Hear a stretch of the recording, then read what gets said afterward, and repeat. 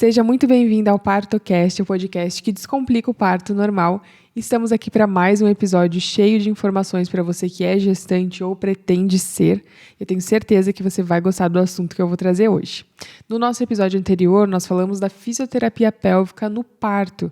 Tem muita gente que ainda não conhece essa especialidade, que traz inúmeros benefícios e para quem deseja um parto normal, a fisioterapia pélvica consegue tornar esse processo mais fácil, mais rápido e menos doloroso. Então, se você quer saber mais sobre esse assunto, vai lá no Spotify ou no YouTube e acesse o nosso episódio 5. E hoje nós vamos falar sobre laceração e episiotomia. Para quem não sabe o que é isso, eu vou explicar tudinho.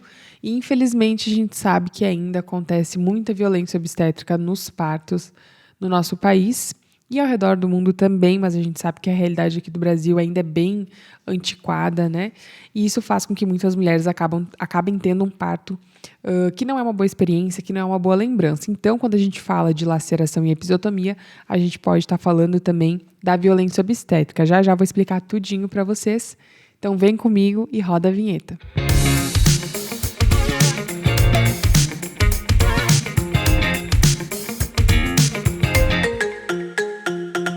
Mulherada, vamos entender um pouquinho, vamos relembrar, na verdade, um pouquinho de como é que funciona o nosso corpo, né?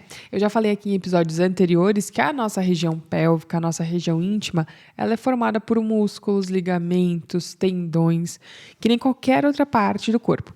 E nesse evento chamado parto, os hormônios influenciam então essas estruturas, músculos, tendões, ligamentos, e fazem com que essa região relaxe e fique mais elástica para permitir então a passagem do bebê. Agora imaginem comigo que o nosso canal vaginal é um túnelzinho bem pequenininho que vai precisar ir aumentando, até permitir a passagem do bebê.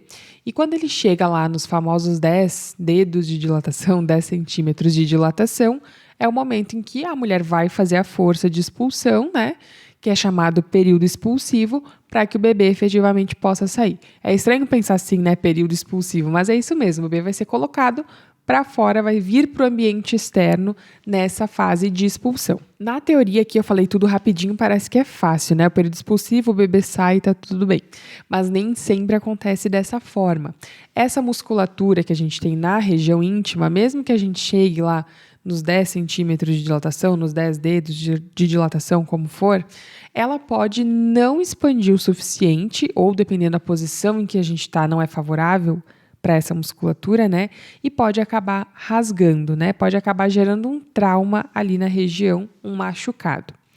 Quando a gente fala em traumas nessa região, é aí que vem, então, o assunto laceração e episiotomia. A gente precisa diferenciar esses dois nomes estranhos para entender o que é cada um e qual deles a gente pode prevenir e qual deles a gente pode e deve evitar que aconteça. Então, vamos começar essa diferenciação para a gente entender por que esses dois aspectos são tão importantes. Quando a gente fala em laceração, é quando esse túnelzinho, que é o nosso canal vaginal, acaba rasgando, né, durante ali a passagem do bebê, de forma natural, né, sem que não seja usado nenhum bisturi, nenhuma tesoura, nenhum tipo de equipamento. Então, é uma laceração natural. Quando o nosso corpo faz esse rasguinho, né, geralmente ele é um machucado leve, tá? Não é em todos os partos que a laceração acontece e de todas as vezes que acontece, 75% dessas vezes é um machucado leve e só 2% das vezes é um machucado considerado mais grave, né? A gente tem a laceração graduada em 3 níveis: leve, moderado ou grave.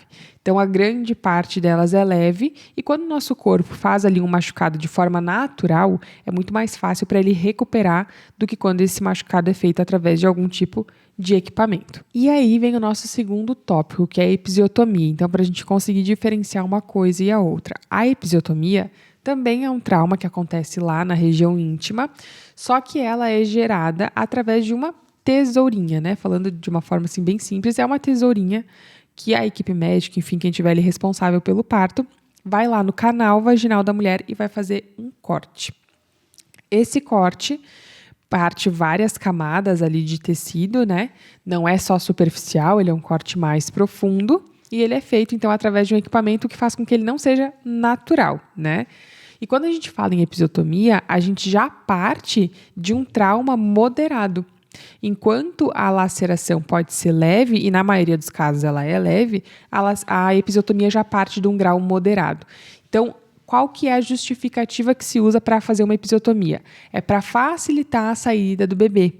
Mas essa facilitação da saída, muitas vezes, é para prevenir que uma laceração aconteça, só que daí, para prevenir um machucado que provavelmente seria leve, acabam gerando um machucado que já é moderado, que já é mais complicado e mais difícil de recuperar. Falando nessa questão de facilitar a saída do bebê, essa saída não deve ser apressada, né? Tem que esperar o tempo do bebê sair, é um processo que muitas vezes pode sim demorar, que é cansativo, mas quando isso acontece de forma natural, as chances de que um machucado nessa região aconteça são muito menores. Então essa é a principal diferença. A laceração é um machucado que o próprio corpo permite que aconteça para o bebê sair, e a episiotomia é um trauma, um machucado ali na região que é feito através de um equipamento. Mas então, Cassi, por que existe a episiotomia se não é para ela ser usada, se não é para ela ser feita, né? Por que esse procedimento foi criado se ele não traz nenhum benefício para a mãe ou para o bebê? Não é bem assim, tá, gente? Existem exceções, e eu falo exceções porque é mínimo mesmo a taxa de que isso aconteça de uma forma necessária, que é quando a episiotomia ela realmente é indicada durante o trabalho de parto normal, que é quando a vida da mãe ou a vida do bebê estão em risco, né? A saúde da mãe ou do bebê realmente estão em risco e aquele processo precisa ser acelerado para que não haja nenhum mal maior, né, para a mãe ou para o bebê. Só que a chance disso acontecer é muito pequena. De todas as episiotomias, né, que são realizadas, só cerca de 10 a 15% são realmente necessárias. E nos partos do nosso país, essa taxa pode chegar a 90%, 95% dos partos com a realização de episiotomia. Então, se a Organização Mundial da Saúde, a OMS, recomenda que só 10 a 15% dos partos passem pelo processo de episiotomia, por esse procedimento, por que é que no nosso país a taxa é tão alta? Por que até 90% das mulheres acabam tendo esse tipo de procedimento realizado? É aí que entra a questão da violência obstétrica. Muitas vezes a gente não se dá conta, porque a violência ela vem disfarçada, né? A gente confia na equipe que está nos acompanhando, no médico que está nos atendendo, enfim, seja qual membro for da equipe, e entende que essa equipe vai fazer o melhor para a nossa saúde. Na teoria funciona, mas na prática não é bem assim. Para acelerar o processo, para fazer com que o parto seja mais rápido, a episiotomia acabou sendo feita de forma rotineira, como se fosse parte do parto, né? Vou ali, vou fazer uma episiotomia e é isso. Mas isso não pode acontecer, porque imagina só, por que é que uma equipe que está ali para garantir, né, a saúde da mulher, uma boa recuperação da mulher, vai pegar uma tesoura e vai cortar a região mais sensível do corpo da mulher? São ali 4 camadas de tecido sendo cortadas por uma tesoura. Isso não garante a saúde de ninguém, né, gente? Então, a menos que seja um caso extremamente necessário para garantir ali o bem-estar da mãe e do bebê, a episiotomia não deve ser realizada e ela nem pode ser realizada sem o consentimento dessa mulher. E aí, como é que a gente, como mulher, né, como gestante, faz para evitar que esse procedimento seja realizado? Em primeiro lugar, a gente deveria partir do princípio que a equipe de profissionais que está nos acompanhando sabe que não é um procedimento que deveria ser realizado toda hora, né? Só quando ele realmente é necessário. E tem sim muitos médicos competentes, muito humanos, que entendem que a episiotomia é só para emergências e que não realizam. Então, a primeira parte é do profissional, né? Entender que esse não é um procedimento de rotina. Em segundo lugar, a mulher deve informar para o seu médico e para a equipe que está acompanhando que ela não quer que esse procedimento seja realizado, que ela estudou sobre isso, que ela sabe que raramente é necessário e que ela não quer que ele seja feito de forma rotineira. E aí entra a nossa terceira questão, que é colocar essa informação no teu plano de parto. Colocar lá, eu não autorizo a realização de episiotomia de rotina. Ou seja, a episiotomia sem motivo. Se realmente for necessário, a equipe deve te perguntar se você autoriza e realizar esse procedimento só em casos de extrema necessidade. Claro que, se estiver a vida da mãe ou do bebê em risco e a gestante não concordar com a realização da episiotomia, a equipe muitas vezes tem que fazer para garantir a segurança de ambos. Mas lembrando que são exceções, né? E que isso não acontece em todos os partos. Mas e aí, se o médico falou, Cassi, que eu preciso da episiotomia, como é que eu vou questionar? Como é que eu vou saber se eu realmente preciso ou não? questionar, gente, é necessário, né? A gente precisa perguntar por que isso está sendo realizado, qual é o motivo, né? O que isso vai trazer de benéfico para mim, para o meu bebê, o que está acontecendo aqui no meu parto que está sendo necessário esse procedimento. Então, questionar é o primeiro passo para a gente evitar que uma coisa sem necessidade aconteça, porque se aquele profissional está fazendo um procedimento que não é necessário e você for questionar ele, já surge aí um obstáculo para que ele não faça aquilo, né, sem necessidade. Então, questionar é normal, a gente pode e deve, a gente não tem que ter medo de perguntar sobre algo que está acontecendo com o nosso corpo. E, em segundo lugar, após esse profissional dizer que aquilo realmente é necessário, que esse procedimento tem que ser feito, resta à gestante confiar naquele profissional que está acompanhando naquele momento, né? Muitas vezes é um profissional que te acompanha durante toda a gestação, ou muitas vezes é o plantonista daquele momento, enfim, né? Cabe a nós também confiar nesse profissional e esperar que ele faça a parte dele da melhor forma possível, pensando realmente no nosso bem-estar como mulher, no bem-estar do bebê. Isso é uma parte desse processo, a confiança, né? E também, muito importante, por último, mas não menos importante, estudar, gente, para que você se sinta cada vez mais segura de poder questionar e de saber do que você está falando. E estar aqui ouvindo esse podcast, né? Estar ouvindo esse episódio é uma forma de estudo, para que vocês vão atrás e pesquisem sobre e saibam, né, como chegar no profissional que está acompanhando vocês, no médico de vocês, o médico que está fazendo o pré-natal de vocês, que essa pessoa também pode tirar mais dúvidas sobre essa questão. Então, estudar e se preparar faz com que vocês tenham mais chances de ter um parto que vá ser uma boa lembrança, né? Que não vá ser um parto traumático, um parto que vocês vão lembrar, né, com aperto no coração. A gente sempre deseja que o nosso parto seja uma boa lembrança para nós, para nossa família.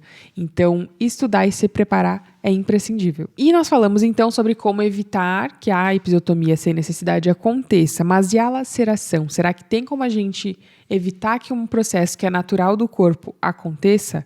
Sim, é possível prevenir esse rasguinho ali mesmo que natural, né, na região do períneo, através de técnicas da fisioterapia pélvica, através de massagem perineal, porque quanto mais relaxada estiver essa região íntima, mais fácil vai ser essa passagem, né, maiores as chances desse afastamento, desse alargamento da região no momento do parto ser mais tranquilo e evitar ali que algum trauma aconteça nessa região. Então, mesmo que seja laceração, né, essa forma natural do corpo ceder, também é possível prevenir. Mulherada, conteúdo sério, né? Conteúdo intenso por aqui, porque é uma coisa bem delicada de se falar, muito importante de se estudar. Então, a dica que eu deixo para vocês, além de consumir os conteúdos aqui que a gente traz muita informação para vocês, eu sempre procuro trazer informações importantes, é conversar com o médico de vocês já antes do parto, não precisa esperar chegar lá no momento para tirar as dúvidas. Conversem, tirem as dúvidas para garantir que o parto de vocês seja mais seguro e mais respeitoso. E para quebrar esse clima de tensão aqui, falando sobre machucado, sobre lesão, sobre violência obstétrica, vamos para o nosso momento de reflexão, momento onde a gente traz uma frase para ajudar vocês a refletirem sobre o momento do parto, sobre o potencial de vocês, sobre a segurança do parto de vocês. Então eu vou pedir para o Otávio rodar a nossa vinheta.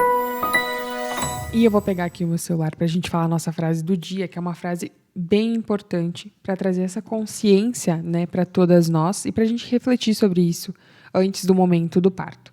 Então, a frase de hoje é a seguinte: meu corpo está preparado. Gente, meu corpo está preparado para o parto, para a gestação. O nosso corpo, ele é muito sábio, né? Ele sabe se adaptar a situações. E a laceração, esse rasguinho natural que pode acontecer ali, ele é uma forma do nosso corpo mostrar que ele se adapta àquilo que é necessário, né? Se não tem passagem ali suficiente para o bebê, se o bebê está com dificuldade de passar, o nosso corpo vai ceder para permitir essa passagem. E não tem como a gente acreditar que qualquer instrumento cirúrgico vá saber fazer da mesma forma que o nosso corpo faz naturalmente, né? A gente sabe que existem lacerações mais graves que podem gerar ali um grande trauma na região, mas isso é tão raro de acontecer que a gente usar um equipamento para prevenir esse problema, de certa forma, já gera um problema maior do que poderia ser. Então, confiem no corpo de vocês, entendam que o corpo tem sabedoria para se adaptar às situações e só permitam que qualquer procedimento seja realizado se realmente for necessário. E se você quer acompanhar nossos episódios anteriores e os nossos próximos episódios, não deixe de acompanhar o nosso podcast no Spotify ou assistir também no YouTube. E no Instagram, @CassiBardo, também tem muito conteúdo diariamente para trazer ainda mais informações para vocês. Então me segue lá, @CassiBardo, e eu vejo você no nosso próximo episódio.